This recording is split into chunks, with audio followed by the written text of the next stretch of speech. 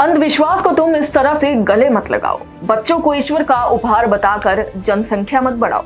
जनसंख्या जो आज लगभग हर देश की एक बड़ी समस्या बनी हुई है, लेकिन अगर किसी देश को अब जनसंख्या से सबसे ज्यादा खतरा है तो वो है भारत। लगातार बढ़ रही जनसंख्या, महंगाई अपने चरम पर और लगातार घट रहे रोजगार, यही सब तो संकेत है जनसंख्या विस्फोट के। नमस्कार, मैं हूं आपके साथ कांची बंसल। आप देख रहे हैं जनहित टाइम्स। भारत की लगातार बढ़ रही जनसंख्या किसी काल की तरह नजर आ रही है जो सब कुछ निगल लेगी। बता दें कि अगले साल भारत दुनिया की सबसे ज्यादा आबादी वाला देश बन जाएगा और जनसंख्या के लिहाज से वे चीन को भी पीछे छोड़ देगा। जनसंख्या पर संयुक्त राष्ट्र यानी कि यूएन पॉपुलेशन रिपोर्ट की ताजा रिपोर्ट में ये सब बातें कही गई हैं। हालांकि ये कोई उपलब्धि वाली बात नहीं है, ये विषय तो चिंता का है। इस बीच आबादी पर उत्तर प्रदेश के मुख्यमंत्री योगी आदित्यनाथ का बयान सुर्खियों में आ गया है। उन्होंने इशारों में बढ़ती आबादी के लिए एक वर्ग पर ठीकरा फोड़ दिया। बीते रोज विश्व जनसंख्या दिवस पर यूपी के सीएम ने संकेतों में कहा था कि जनसंख्या नियंत्रण के प्रयास सफलतापूर्वक हो, लेकिन ध्यान रखना होगा कि कहीं भी जनसांख्यिकीय असंतुलन की स्थिति ना पैदा होने पाए। ऐसा ना हो कि किसी एक वर्ग की आबादी बढ़ने की रफ्तार ज्यादा हो। जरा सुनिए सूबे के मुख्यमंत्री को। तो हमें इस बात को ध्यान में रखना होगा कि जनसंख्या नियंत्रण का कार्यक्रम सफलतापूर्वक आगे बढ़े, लेकिन जनसांख्यिकी असंतुलन की स्थिति भी न पैदा होने पाए। ऐसा नहीं कि किसी वर्ग की आबादी बढ़ने की स्पीड, उनका प्रतिशत ज्यादा हो और कुछ जो मूल निवासी हो उन लोगों की आबादी के स्थिरीकरण में हम लोग जागरूकता के माध्यम से, इन्फोर्समेंट के माध्यम से उसको नियंत्रित करके जनसंख्या संतुलन की स्थिति पैदा करें, और यह एक चिंता का विषय है। इस बात को समझना मुश्किल नहीं है कि योगी किस एक वर्ग की ओर इशारा कर रहे थे। देश में अक्सर हिंदुओं से ज्यादा मुस्लिमों की आबादी पर फोकस होता है। कभी कभी इसका डर भी दिखाया जाता है। हालांकि इस सच की परतों को समझने की जरूरत है। ऐसा नहीं करने पर शायद हम गलत निष्कर्षों पर पहुंचे। पहले जरा इन आंकड़ों पर नजर डालिए और समझिए। देश में 2022 में अनुमानित आबादी की अगर बात करें तो चीन में ये आबादी 1.426 अरब है। भारत में यही आबादी 1.412 अरब है। यानी कि चीन और भारत की आबादी में ज्यादा फर्क नहीं है। वहीं बात अगर अमेरिका में इस आबादी की करें तो अमेरिका में 33.7 करोड़ है, इंडोनेशिया में 27.5 करोड़ है, वहीं पाकिस्तान में 22.34 करोड़ है।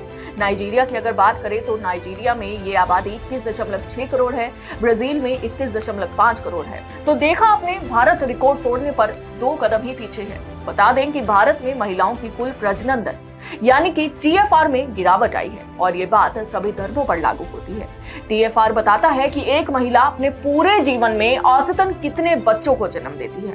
नेशनल हेल्थ फैमिली सर्वे के चौथे और 5वें सर्वेक्षण के बीच आंकड़ों से ये तस्वीर साफ होती है। NFHS का चौथा सर्वेक्षण 2015-16 और 5वां सर्वे 2019-21 में हुआ। हाल ही में इनके आंकड़े जारी हुए हैं। इनमें एक और बड़ी पिक्चर साफ तौर पर देखने को मिली थी।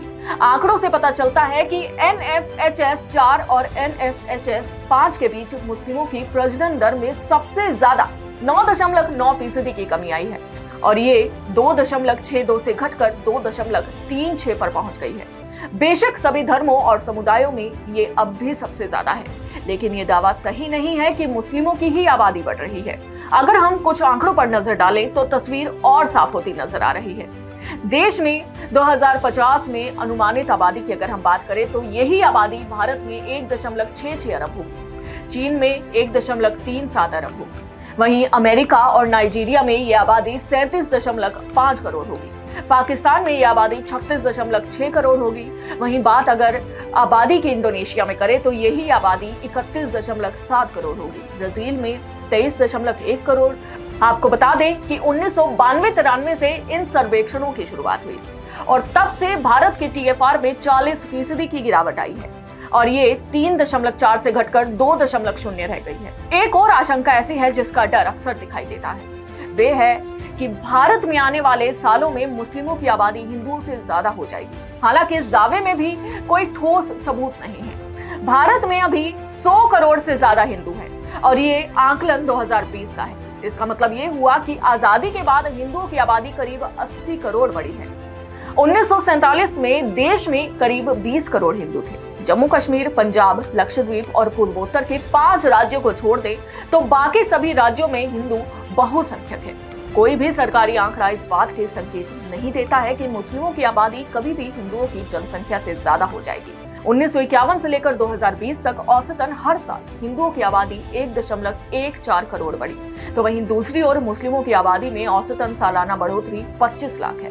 ऐसा तब है जब मुस्लिमों की जनसंख्या बढ़ोतरी दर हिंदुओं के मुकाबले दुगनी है। जरा सोचिए और समझिए कि जनसंख्या के आंकड़े साफ तौर पर दिखा रहे हैं कि हाथ पर हाथ धरकर नहीं बैठा जा सकता है। मेरा तेरा करने से काम नहीं चलेगा।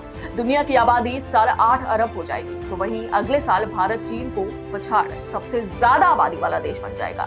समस्या आबादी की नहीं है, चुनौती ये है कि इतनी बड़ी आबादी को अच्छी गुणवत्ता वाला जीवन कैसे मुहैया करवाया जाए। इस चुनौती से मिलकर ही निपटा जा सकता है, इसका कोई दूसरा फॉर्मूला नहीं है।